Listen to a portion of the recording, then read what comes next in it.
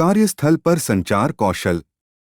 संचार करते समय सही शिष्टाचार का उपयोग करना विषय में आपका स्वागत है। इस मॉड्यूल के अंत तक आप संचार करते समय सही शिष्टाचार का उपयोग करने में सक्षम होंगे। आइए संचार करते समय सही शिष्टाचार का उपयोग करने की भूमिका को समझें। शिष्टाचार एटिकेट का अर्थ है दूसरों के साथ सामाजिक और आधिकारिक दोनों स्थितियों में आदर्श व्यवहार, आचरण और तरीकों का पालन करना। यह महत्वपूर्ण है क्योंकि आप जो कहते हैं उसके अलावा इसके आधार पर भी आप रिश्ते बना या बिगाड़ सकते हैं। आप दूसरों के सामने कैसे दिखते हैं, आप दूसरों से कैसे बात करते हैं और आप दूसरों के साथ कैसा व्यवहार करते हैं। हमें सिर्फ किसी की तरह नहीं बल्कि पेशेवर के रूप में सामने आने की जरूरत है।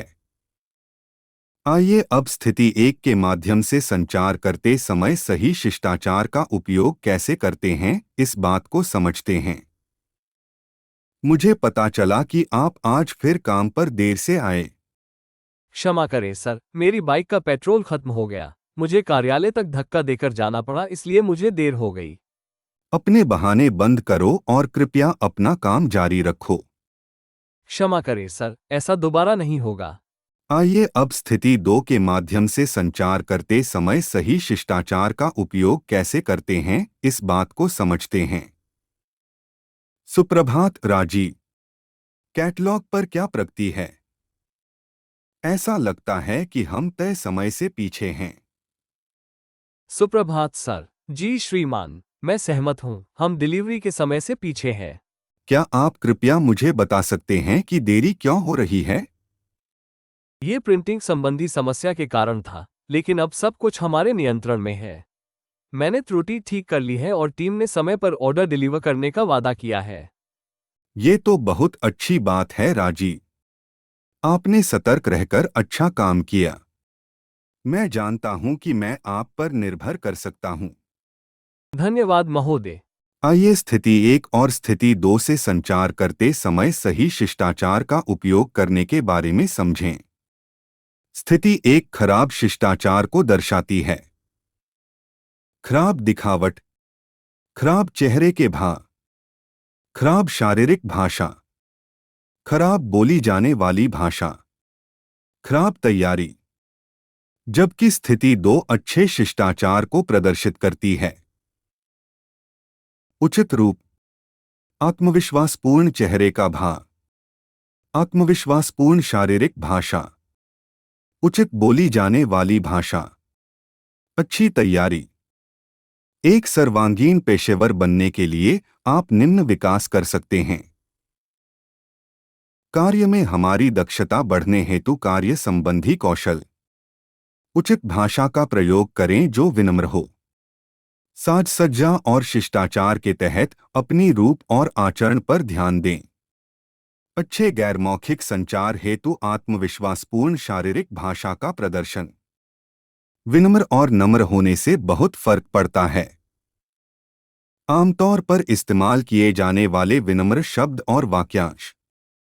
कृपया, धन्यवाद, आपका स्वागत है, मुझे खेद है, माफ करें, मैं क्षमा चाहता हूं। एक पेशेवर की 10 मुख्य विशेषताएं हैं। सुनने की क्षमता, संगठन तकनीकी ज्ञान, प्रशासनिक क्षमता, व्यवस्थित सोच, स्वप्रेरित, आत्मविश्वास, धैर्य, आपसी सम्मान, ग्रूमिंग, अच्छा बोलना। फीडबैक देना प्रभावी संचार का एक महत्वपूर्ण हिस्सा है। सैंडविच विधि एक संचार तकनीक है जिसका उपयोग इस तरह से प्रतिक्रिया या आलोचना देने के लिए किया जाता है जिसे नकारात्मक या आलोचनात्मक रूप में देखे जाने की संभावना कम होती है। फीडबैक देने के लिए सैंडविच विधि का उपयोग करना। रचनात्मक स्वर सेट करने के लिए सकारात्मक प्रतिक्रिया से शुरुआत करें। बीच में रचनात्मक आलोचना प्रदान करें। किसी अन्य सकारात्मक टिप्पणी या उत्साहवर्धक नोट के साथ समाप्त करें। प्रभावी संचार संघर्ष को सुलझाने का एक महत्वपूर्ण हिस्सा है। किसी भी संघर्ष की स्थिति में पालन करने योग्य 4 नियम शामिल हैं। 1. अपना माइंडसेट बदलें। स्थिति को सही होने की लड़ाई के रूप में न देखें। इसके बजाय सामान्य आधार और आपसी समझ खोजने पर ध्यान केंद्रित करें। संघर्ष में अपनी भूमिका स्वीकार करें। 2. प्रभावी ढंग से संवाद। अपने सहकर्मी पर आरोप लगाने के बजाय इस बात पर ध्यान केंद्रित करें कि स्थिति आपको कैसा महसूस कराती है। अंतर्निहित आवश्यकताएं और चिंताएं क्या हैं? 3. समाधान ढूंढना। ऐसे समाधान खोजने के लिए सहयोगात्मक रूप से काम करें जो पारस्परिक रूप से लाभकारी परिणाम तक पहुंचने के लिए आपकी दोनों जरूरतों को पूरा करें। आगे बढ़े और द्वेष न रखें। 4. टीम भावना का निर्माण। संघर्ष के बावजूद अपने सहकर्मी के सकारात्मक गुणों और योगदान को स्वीकार करें। याद रखें, आप दोनों एक ही टीम में हैं जो एक साझा उद्देश्य की दिशा में काम कर रहे हैं। धन्यवाद।